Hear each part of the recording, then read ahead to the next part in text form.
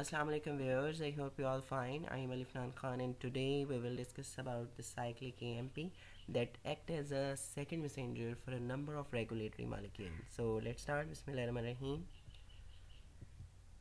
Cyclic AMP act as a second messenger for a number of regulatory molecules. First one, epinephrine is only one of many hormones, growth factors, and other regulatory molecules that change the cyclic AMP concentration and activity of the PKA enzyme. कि ये epinephrine जो है ये hormones में से, growth factors में से और अदर रेगुलेटरी मॉलिक्यूल्स में से ये वो एक हार्मोन्स है या ग्रोथ फैक्टर्स है जो साइक्लिक एएमपी की कंसंट्रेशन को चेंज करके पीके की एक्टिविटी को भी चेंज करता है। नेक्स्ट अब कुछ सिग्नल्स हैं जो यूज़ करते हैं साइक्लिक एएमपी को as a second messenger, like corticotropin and corticotropin releasing hormone, epinephrine follicle stimulating hormone, glucagon luteinizing hormone, melanocyte stimulating hormone. Next is parathyroid hormones, next prostaglandins E1 E2, serotonin, 5-HT1A and 5-HT2, somatostatin, thyroid stimulating hormone TSH, and other signals also includes dopamine, histamine, odorants, many estatins, sweet and bitter. ये कुछ signals हैं जो cyclic AMP को as a second messenger use करते हैं।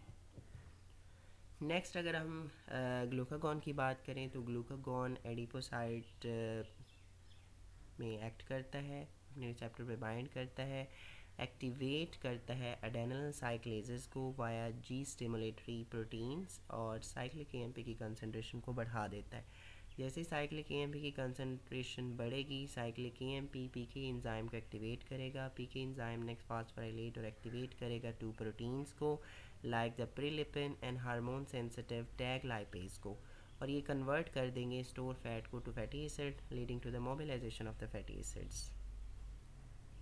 यहाँ पे next diagram में देखें, ये mobilization of triacylglycerol stored in adipose tissues. ये hormone for example glucagon receptor पे बाइंड किया, जीएस के थ्रू इसने एडेनल साइक्लेज को एक्टिव किया और इसके बाद एडेनल साइक्लेज ने साइक्लिक एएमपी प्रोड्यूस की, साइक्लिक एएमपी ने पीके एंजाइम को एक्टिवेट किया, पीके एंजाइम ने टू प्रोटीन्स की फास्फोराइलेशन करवाई, हार्मोन सेंसिटिव लाइपेज और प्रिलिपिन की, और इन दोनों ने ट्राइसाइक्लिसरोल की हाइड्रोलिसिस की, फैटी एसिड्स में कन्वर्जन करवा दी और ये फ्री फैटी एसिड्स जो हैं वो सीरम एल्ब्यूमिन के थ्रू जो है वो ट्रांसपोर्ट हो रहे हैं, और यहाँ से ये देखें ट्रांसपोर्टर के थ्रू मायोसाइट में एंटर हुआ, वहाँ पर इसकी बीटा ऑक्सीडेशन हुई और ATP and carbon dioxide produce हो गई।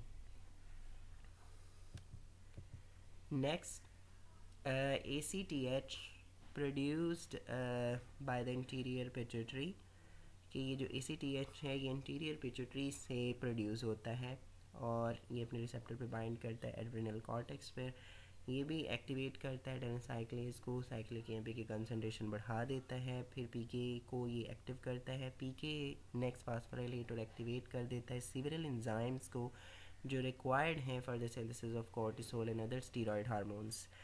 और उसके अलावा in many cell types the catalytic subunit of the PK move into the nucleus phosphorylate the CREB expression of specific genes, कि कुछ ऐसे सेल्स भी हैं जिसमें जो कैटालिटिक सब यूनिट है पीके का वो न्यूक्लियस में मूव करता है और वहाँ पर ये क्रैब को फास्फोराइलेट कर देता है और स्पेसिफिक जीन्स के एक्सप्रेशन को कंट्रोल करता है। क्रैब क्या है? Cyclic AMP response element binding protein है।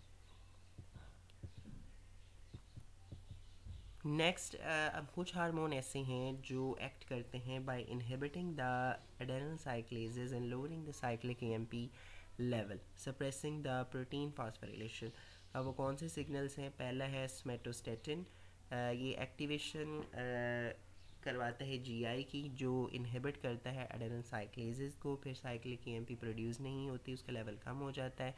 ये somatostatin जो है वो काउंटर बैलेंस करता है इफ़ेक्ट्स ऑफ ग्लूकागॉन, और उसके अलावा है एडिपोज टिश्यूज़ में है प्रोस्टाग्लैंडिन्स E1 जो इनहिबिट करता है एडेनिन साइक्लेजेस को, एक्टिवेट होता है वाया जीआई, और ये भी जो है वो लोअर कर देता है साइक्लिक एएमपी के लेवल को, slowing the mobilization of the lipid reserves जो triggered by the epinephrine and glucagon. जैसे हमने पीछे डायग्राम में देखा कि ग्लूकागॉन जो है वो मोबिलाइजेशन करवा रहा है, लेकिन एडिपोज टिश्यूज़ में जैसे ही प्रोस्टाग्लैंडिन्स E1 बाइंड करेगा, ये एडेनिन साइक्लेजेस को इनहिबिट करेगा, साइक्लिक एएमपी की कंसंट्रेशन को कम कर देगा और स्लो कर देगा मोबिलाइजेशन ऑफ लिपिड्स जो एपिनेफ्रिन ने या ग्लूकागॉन ने जो है वो ट्रिगर किया था पहले।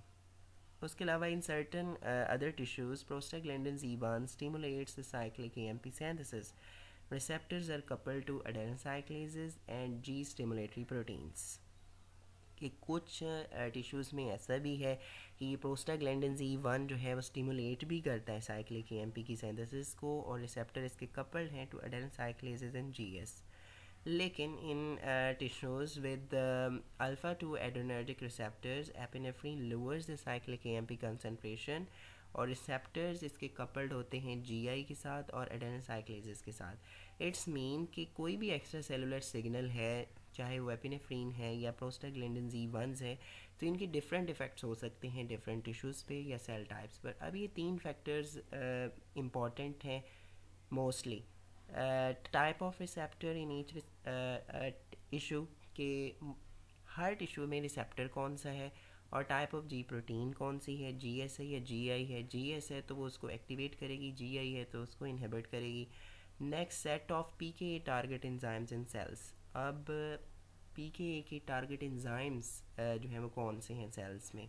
और एक फोर्थ फैक्टर भी है कि how so many signals can be mediated bye a single second messenger cyclic AMP, कि अब ये इतने ज़्यादा सिग्नल कैसे मेडिएट होते हैं एक single second messenger cyclic AMP से। तो ये कन्फाइनमेंट होती है सिग्नलिंग प्रोसेसेस की एक स्पेसिफिक रीजन ऑफ सेल तक। वो कौन करवाता है, अडेप्टर प्रोटीन्स हैं जिनको हम नॉन कैटालिटिक प्रोटीन्स भी बोलते हैं, और इनको हम बोलते हैं ए काइनेज एंकरिंग प्रोटीन।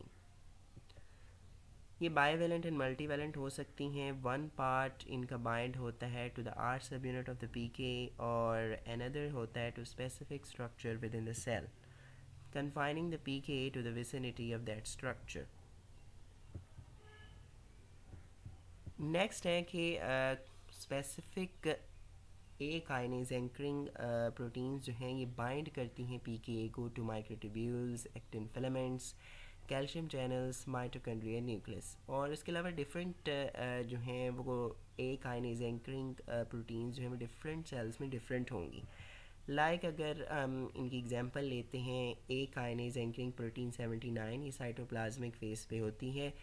ये बाइंड करती है पीके को टू एडेनिन साइक्लेजेस के साथ, और पीके की जो टारगेट प्रोटीन्स हैं like the ion channels and phosphoprotein phosphatases. इसके अलावा ए कैप 250 है जिसको ग्रेविन भी बोलते हैं, ये होल्ड करती हैं पीके को to the plasma membrane and the phosphodiesterase enzymes. और ये जो ए कैप्स हैं इनकी वजह से हाई लोकल कंसंट्रेशन होती है एंजाइम्स की भी और सेकंड मैसेंजर्स की भी, तो इस वजह से जो सिग्नलिंग सर्किट होता है वो रिमेंस हाईली लोकलाइज्ड। तो इनकी वजह से जो सिग्नलिंग सर्किट्स है वो लोकलाइज्ड रहता है। ये इनकी डायग्राम है, यहाँ पर देखें। ए काइनेज एंकरिंग प्रोटीन 79 ने एडेनिन साइक्लेज को जो है वो अपने साथ बाइंड किया हुआ है, और जो 250 है ग्रेविन, इसने फास्फोडाइस्ट्रेज एंजाइम को जो है वो बाइंड किया हुआ है साथ, और ख़ुद प्लाज्मा मेम्ब्रेन के साथ भी बाइंड है। So I hope you get the idea. Thank you so much for watching. अल्लाह हाफिज़।